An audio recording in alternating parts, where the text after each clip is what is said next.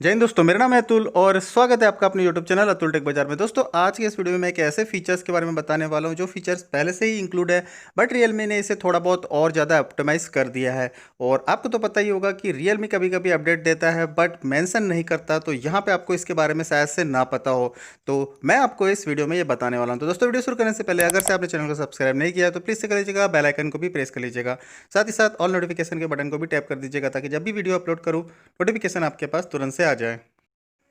तो फिलहाल दोस्तों जो लेफ्ट साइड में मेरे पास मोबाइल है ये है Realme 3 डिवाइस, और Realme 3 में और 3i में Realme UI का अपडेट आ चुका है, आप सभी को पता ही होगा।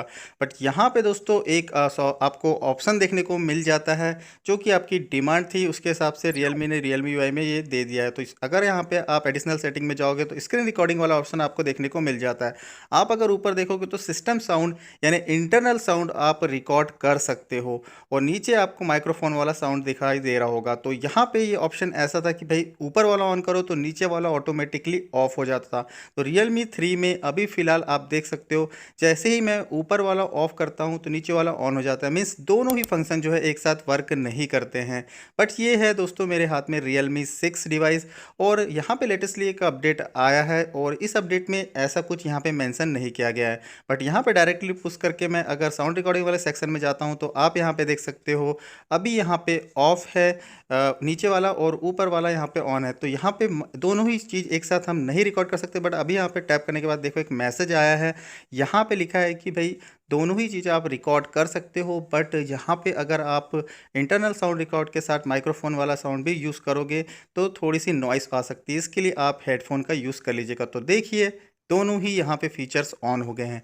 मीन्स दोस्तों यहाँ पे ये जो फीचर है अभी दोनों ही फीचर्स यहाँ पे ऑन हो चुके हैं। मतलब यहाँ पे आप अगर पबजी वगैरह गेमिंग करते हो इंटरनल साउंड रिकॉर्डिंग के साथ, अगर आप माइक्रोफोन भी यूज़ करना चाहते हो, ये चाहते हो कि आपकी वॉइस भी आ जाए, तो यहाँ पे ये फंक्शन जो है अभी वर्क करने लगा है। जब Realme UI में ये फंक्शन आया था तो दोनों चीज़ एक साथ काम नहीं करती थी, बहुत से लोग जो है निराश हो गए थे पबजी गेमिंग करने वाले।